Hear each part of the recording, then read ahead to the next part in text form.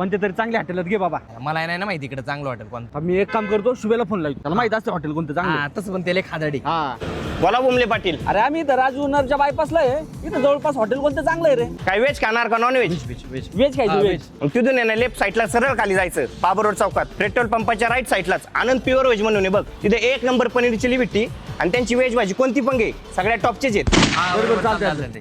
अरे आला का शुभ्या?